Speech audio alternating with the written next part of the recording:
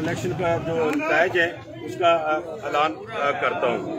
कामयाब उम्मीदवारों में सबसे पहले जो ऑफिस सेक्रेटरी के लिए टोटल जो वोट कास्ट डाले गए, टोटल हमारे 100 थे, 2 हमारे माहिर थे साथी, 98 वोट कास्ट किए गए, जिसमें 1 वोट मुस्तरद हुआ। तो जो कामयाब उम्मीदवार है उसने 57 और महमूद बेग जो दूसरे नंबर पे है वो 40, यानी कि इस तरह मोहम्मद असलम भट्टी साहब जो है 57 वोट लेकर कामयाब इकरार पाए ऑफिसर।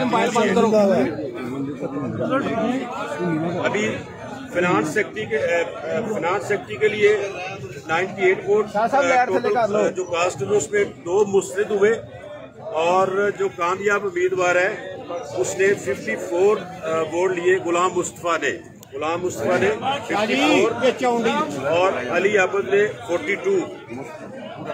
इस तरह यानी के नशो शाद के लिए 98 वोट कास्ट हुए, 1 वोट मुस्तरद हुआ, जिसमें कामयाब मोहम्मद आलम जिसने 56 वोट लिए, और दूसरे नंबर पर गुलाम अब्बास गिल जिसने 41 वोट लिए।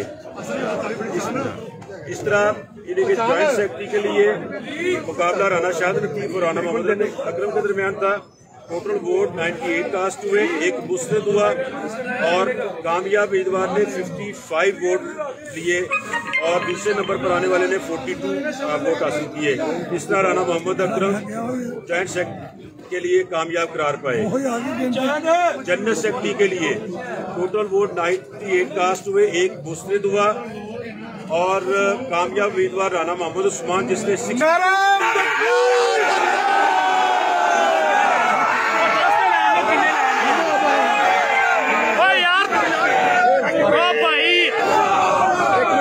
10 लैन दो, किन्ने लैने 60